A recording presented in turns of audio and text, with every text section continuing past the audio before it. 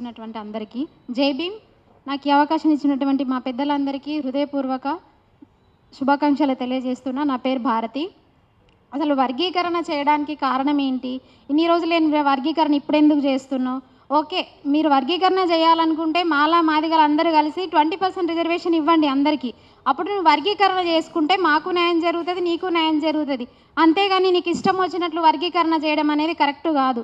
ఎందుకంటే నా క్యాస్ట్ వచ్చేసి మాలదాసరి. మేము 6700 మంది ఉన్నారు.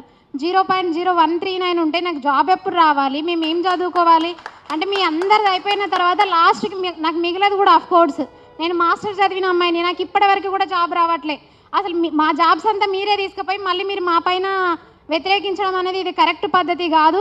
బాగా ఆలోచించాలి. రేవంత్ రెడ్డి గారు కూడా మీరు ఏదైతే పేపర్ అందిస్తున్నారో ఆ పేపర్ మీకు చదవడానికి రాకపోతే మీ పక్కన ఉన్నటువంటి పిఏ గారు అందరూ ఉంటారు, వాళ్ళని అడిగి చదువు నేర్చుకోండి. అంతేగాని మీకు ఇష్టం వచ్చినట్లు వర్గీకరణకు ఆమోదిస్తామంటే ఖబర్దార్ బిడ్డ, మేము ఊరుకుండే ప్రసక్తే లేదు.